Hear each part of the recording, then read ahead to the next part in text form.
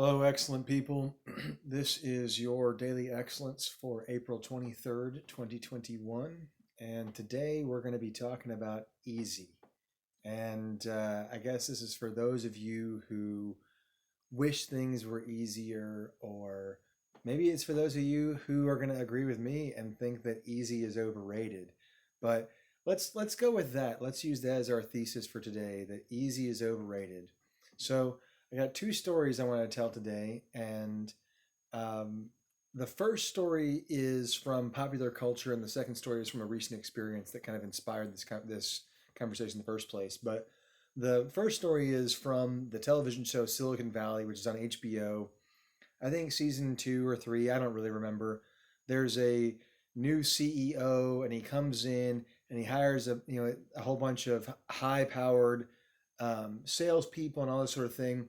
And the main character is talking to the CEO, and he's complaining about how the salespeople all want to strip down the idea of the business into this thing that the intellectual property founder, who's the main character, doesn't.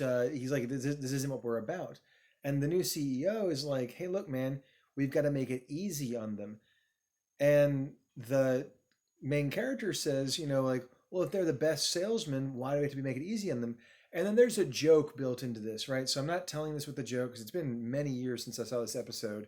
And my point was not to tell a joke, but to kind of like draw attention to this idea of it's interesting that the way that this was presented in this story was that the leader wants the best people, and he wants to make everything as easy as possible for those best people. And I think there's merit there. And I want to explore that merit at least briefly, because I know as a leader, my goal is to see what people are good at, and if at all possible, make it where they don't have to do anything other than the things that they're good at. And so my goal is to actually take on the tasks that they either don't do well or don't want to do if it increases their productivity at their primary task. And so you could see that as making things easy for them. So I wonder a little bit how much the joke in this episode of Silicon Valley was tongue in cheek and making fun of the salespeople.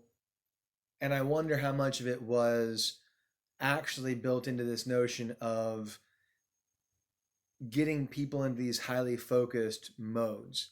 But that's a little bit more, like I said, of an aside that I wanted to just sort of like briefly explore rather than the point of my thing today. Because on the contrary, and actually let me put it this way.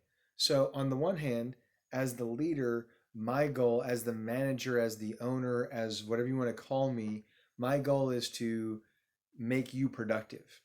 And so, or I have two goals, I guess. I want you to be productive, and I want you to be some variation of happy slash fulfilled. So if you like your job and you are well suited for your job, then my goal is to make sure that you can do your job and don't have to do other jobs. But that is, we're looking at this from a managerial perspective and how I want to treat someone else. We're not looking at this from the perspective of how I want to treat myself. And so that's where my second story comes in. And that's where I think now we're going to actually flip the role. So I was at a gas station maybe 2 nights ago. I had been out running with some friends, and I was heading home, and it was close to sunset, and I'd pulled into the gas station, and I was mildly euphoric from the run, and it was super nice out weather wise. And so I was just standing on the I guess the step of the door of my truck with the door wide open, just kind of sitting, just kind of standing there while the gas tank filled up. And there's people all around, and I'm kind of actually making eye contact with them rather than ignoring them. And this guy just sort of chats me up. I've got my Knox Tree Care Company logo on my truck as well. So, like, there was a little bit of talk about the business right away. And that's often sort of an icebreaker because people will be like, oh, you do tree work? Where are you based? How far out do you work? What kind of stuff do you do? Whatever.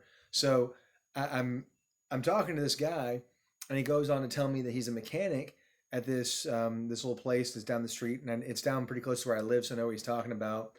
And I guess they recently started up this shop and this and the other. So he's kind of doing a little bit of like soft sell advertising for his mechanic shop. And it was a good conversation. But the end of the conversation, he says to me something along the lines of talking about how like they sorry, I got distracted because I had an incoming call and I forgot to press do not disturb. So moving on from that, I these guys prefer to work on cars, prefer to build race cars and this and the other. And he's like, but we work on stuff to to pay the bills and this and the other. And he makes this comment of like, if life was easy, we would just build cars, right? But he made it in this way where he's like, I wish life was easy so I could just build cars. And the funny thing was, I reflexively disagreed with him and made sort of a, it was a casual, non-aggressive, non-confrontational statement. But I told him, I was like, yeah, but then if life was just easy, we'd be bored, right? Or something like that. I don't remember exactly what I said, but it was in that general trajectory because that's how I feel. Truly, like that's my posture. And it's interesting to talk to people who don't feel that way, who really are like, man, I wish life was easy. I wish I could only work on cars. Wish I could only do what I want to do and didn't have to work for a living. And see, that's so foreign to me because for me personally, easy is boring. Easy, so like let's think about it this way, right? This is like a thing that I know some parents, and of course I can reflect on my own childhood and things my parents spoke to me about, but there's all this talk of children don't respect things that are just given to them. And I can certainly attest to my own experiences. I value most the things that were hardest won, with some exception. I mean, obviously, there are some things that were not hard won, but there are most of the things that I value significantly are hard won that I had to work for, I had to fight for, I had to put in effort for. And the things that are easily won are also easily put down. I spoke about this a little bit the other day when I was talking about the stewardship notion of the world being something we found versus something that was given to us as a gift, well, sort of a gift held in trust, right?